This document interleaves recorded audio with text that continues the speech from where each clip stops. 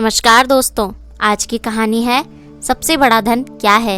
एक बार गौतम बुद्ध के शिष्यों ने उनसे पूछा कि प्रभु, इस संसार में सबसे बड़ा धन क्या है। भगवान बुद्ध थोड़ा मुस्कुराए और बोले, प्यारे शिष्यों, तुम्हारे इस प्रश्न का उत्तर देने के लिए मैं तुम्हें एक कहानी सुनाता हूँ। एक बार की बात है, एक राजा जंगल में शिकार करने गया था।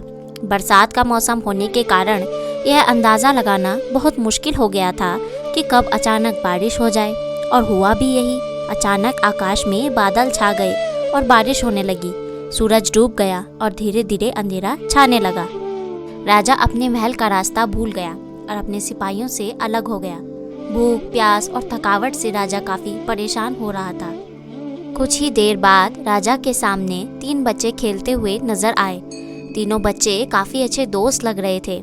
उन्हें देखकर राजा ने उन्हें अपने पास बुलाया। राजा ने कहा, सुनो बच्चों, ज़रा यहाँ आओ। यह सुनकर बच्चे राजा के पास आए। राजा ने बच्चों से पूछा, क्या तुम कहीं से थोड़ा भोजन और जल ला सकते हो? मैं बहुत भूखा हूँ और प्यास भी लग रही है। बच्चों ने कहा, जी ज़रूर, हम अभी घर से जाकर आपके लिए जल और भोजन ले आते हैं। तीनों बच्चे गांव की ओर भागे और तुरंत कुछ भोजन और जल लेकर आ गए। राजा बच्चों के उत्साह और प्रेम को देखकर बहुत प्रसन्न हुए। तो राजा ने बच्चों से पूछा, प्यारे बच्चों, तुम लोग जीवन में क्या करना चाहते हो? मैं तुम सब की मदद करना चाहता हूँ। यह बात सुनकर बच्चे काफ़ी देर तक सोचते रहे। फिर उनमें से एक बच्चे ने कहा, मुझे धन चाहिए। मैंने कभी 2 वक्त की रोटी नहीं खाई, कभी अच्छे कपड़े नहीं पहने, इसीलिए मुझे केवल धन चाहिए ताकि मैं अच्छा खाना और कपड़े पहन सकूं।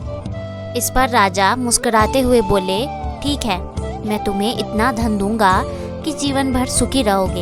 यह सब सुनकर बच्चे की खुशी का ठिकाना नहीं रहा। दूसरे बच्चे की बारी थी, तो राजा ने उससे भी पूछा, तुम्हें क्या चाहिए? बच्चे ने कहा, क्या आप मुझे एक बहुत बड़ा बंगला और घोड़ा गाड़ी देंगे?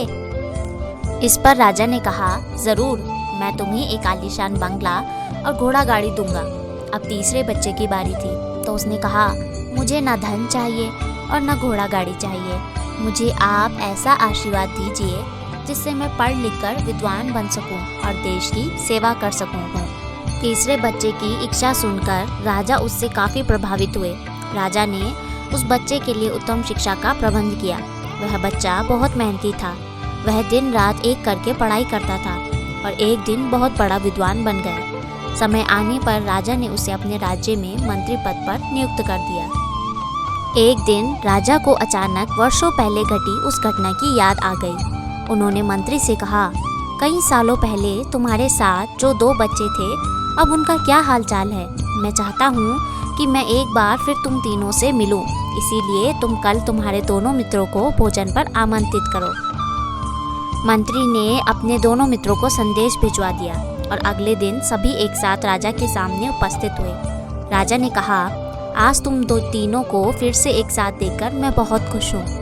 राजा ने मंत्री के कंधे पर हाथ रखकर कहा, इनके बारे में तो मैं जानता हूँ, पर तुम दोनों अपने बारे में बताओ। जिस बच्चे ने धन मांगा था वह बहुत दुखी होते हुए बोला, महाराज, मैंने उस दिन आपसे धन मांगकर बड़ी गलती की। इतना सारा धन पाकर मैं आलसी बन गया और बहुत सारा धन बेकार चीज़ों में खर्च कर दिया। मेरा बहुत सा धन चोरी भी हो गया और कुछ वर्ष पहले मैं वापस उसी स्थिति में पहुंच गया जहां पर आपने मुझे देखा था। अब बंगला गाड़ी मांगने वाला बच्चा भी रोते हुए बोला, महाराज, मैं बड़े ठाठ से अपने बंगले में रह रहा था, पर वर्षों पहले आई बाढ़ में मेरा सब कुछ बर्बाद हो गया और मैं भी अपने पहले जैसी स्थिति में ही पहुँच गया। सबकी बातें सुनने के बाद राजा बोले, इस बात को अच्छी तरह गांठ बांध लो। धन संपत्ति सदा हमारे पास नहीं रहते, पर ज्ञान जीवन भर मनुष्य के काम आता है और उसे कोई चुरा भी नहीं सकता। शिक्षा ही मनुष्य को विद्वान और बड़ा आदमी बनाती है।